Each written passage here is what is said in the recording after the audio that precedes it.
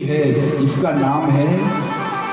एक बात और बताएं आपको, किसी कथावाचक ने आज तक नहीं बताई होगी। ये कथा है पूतना की। पूतना कोई नाम नहीं है, पूतना एक उपाधि है। पूतना किसे कहते हैं? पूतना नाम नहीं है, पूतना एक विशेषण है, एक उपाधि है। कैसे? बोले पूतम नास्यति यस्य सा पूतना पूतानि अपवित्राणि यस्य सा पूतना पूतानि मारेति यस्य सा पूतना।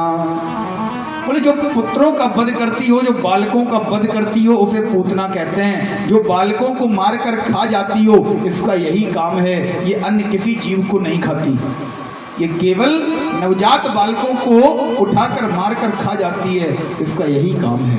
इसलिए इसे वेद व्यास जी महाराज ने भागवत में पूतना की उपाधि दे दी। बोले इसका काम पूतों को मारने का है, इसलिए इसका नाम पूतना। एक बात और, ये पूतना वास्तव में क्या है? बोले पूतना एक अविद्या है, एक दोष है। जिस समय पूतना आई, उस समय नंद बाबा मथुरा गए थे कंस को टैक्स देने। ये पूतना प्रत्येक व्यक्ति के जीवन में आती है। जब भी हम, अच्छा गोकुल में किस समय पूतना आई?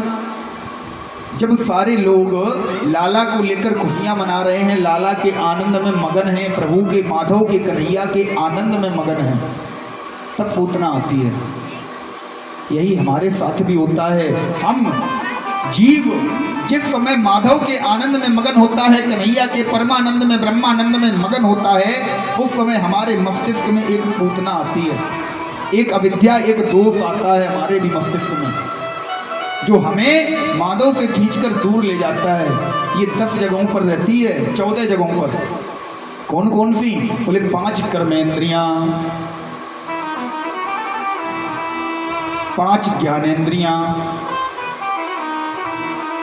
ज्ञानेंद्रियां 5 कौन कौन सी जानते हैं आप लोग? जिनसे हमें ज्ञान होता है? त्वचा, आंख, नाक, कान और मुंह।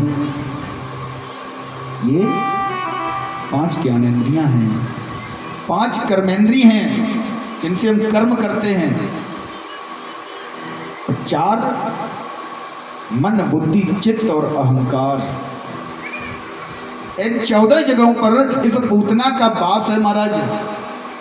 जब भी नंद रूपी जीव परमानंद को छोड़कर मथुरा की ओर प्रस्थान करता है, कुकर्मों की ओर प्रस्थान करता है, तो ये पूतना सत्संग में अवश्य आती है। अब निर्भर आप पर करता है, आप सत्संगी कैसे हो। कच्चे हो तो ये पूतना आप पर हावी हो जाएगी, और अगर आप सत्संगी पक्के हो तो ये पूतना आपका कुछ बिगाड़ ही नहीं सकती। जिस समय महाराज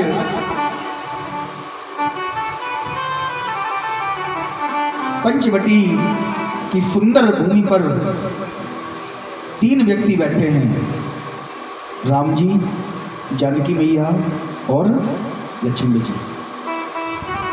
वहां एक अविद्या का आगमन हुआ। उस अविद्या का नाम है शूर्पणखा। उस समय हो क्या रहा है?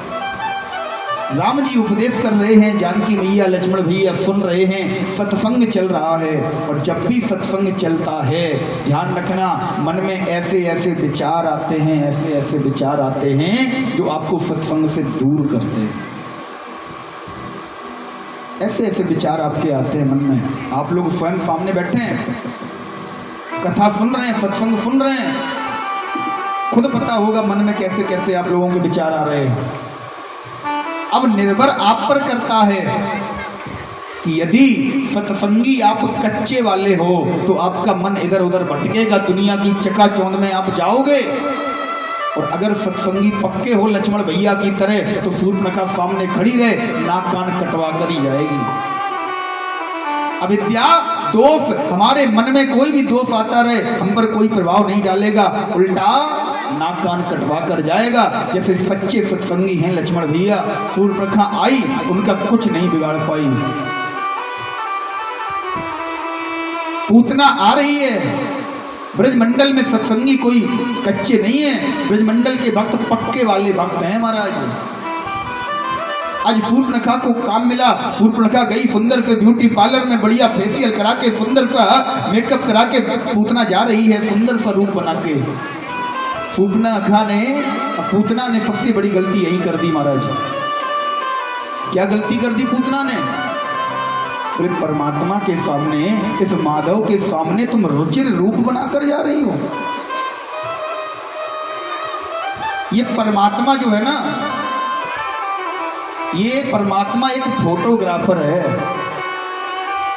क्या है? फोटोग्राफर। दो प्रकार के फोटोग्राफर होते हैं।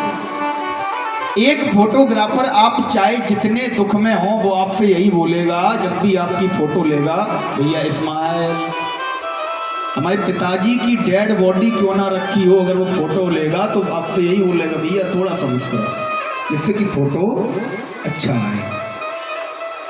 इस फोटोग्राफर को आपके बाहर की सुंदरता से मतलब है, अंदर आप में क्या है कोई मतलब नहीं। अंदर दुख है, सुख है, क्या है कोई मतलब नहीं। एक और फोटोग्राफर है। बोले महाराज जब हम बीमार होते हैं ना तो हम डॉक्टर के पास जाते हैं, वैद्य के पास जाते हैं। वैद्य को हमारे ऊपर से कोई मतलब नहीं, हमने तेल लगाया, क्रीम लगाई, कपड़े अच्छे पहने कि नहीं पहने, हमने महाराज सुंदर श्रृंगार किया कि नहीं किया। अगर हमारे पेट में दिक्कत है तो उसे तो अंदर की फोटो चाहिए। हमारे सिर में दिक्कत है, कहीं भी दिक्कत है, उसे एमआरआई करना है, सीटी स्कैन करना है, तो उसे अंदर की फोटो चाहिए। बाहर की फोटो से उसे कोई मतलब नहीं, वो तो हमारे अंदर से निकालेगा कि अंदर दोष क्या है। बाहर से कोई मतलब नहीं है। हमारा परमात्मा भी वही वैद्य वाला, डॉक्टर वाला फोटोग्राफर है महाराज। इसे बाहर से मतलब नहीं है कि बाहर तुमने अपने गाल चमकाए कि नहीं चमकाए, बाहर तुमने सुंदर केस बनाए, सुंदर वस्त्र पहने कि नहीं पहने, कोई मतलब नहीं है ऐसे। ये तुम्हारे अंदर की फोटो खींचता है। अंदर तुम्हारे छल, छिद्र, कपट, द्वेष, लोभ, अहंकार ये तो नहीं भरा पड़ा है। ये अंदर का फोटोग्राफर है, इसे बाहर से कोई मतलब नहीं। इसके सामने तुम चाहे जैसे बैठो। पूतना गलती कर रही है, बेस बनाकर जा रही है परमात्मा के सामने। महाराज जैसे ही पूतना आई, सुंदर सा स्वरूप इसका ब्रजवासियों ने देखा, आपस में बात करने लगे। बोले कोई बहुत बड़ी महारानी दिखा है। नहीं, महारानी नहीं है। मोको लगे ये कोई यशोदा मैया की कोई सहेली है। ब्रजवासियों ने रोका नहीं, सभी लोग जा रहे थे, महल में सभी लोग आ रहे थे। आज छठवां दिन है, लाला की छठी का दिन है। पूतना गई, नंद रानी ने प्रणाम किया। बोली कहो बहन कैसे आना हुआ? बोली महाराज बहन मुझे अभी अभी हमारे पति ने बताया कि नंद बाबा के यहाँ एक दिव्य छोरे का जन्म हुआ है, तो हम भी लाला को आशीर्वाद देने चले आए, लाला के दर्शन करने चले आए। बोली बहन अच्छा किया, लाला पालने में पड़ा है, आप दर्शन कर लो। नंद रानी अन्य कार्यों में व्यस्त हो गई। जैसे ही पूतना लाला के पास पहुंची, लाला ने पहले तो पूतना को देखा, पूतना ने लाला को देखा। एकदम से लाला ने अपने दोनों हाथ उठाए, छोटा सा कन्हैया 6 दिन का मात्र। लाला ने अपने दोनों हाथ उठाए और अपनी आंखों को, व्यास जी लिखते हैं, निस्पीट माना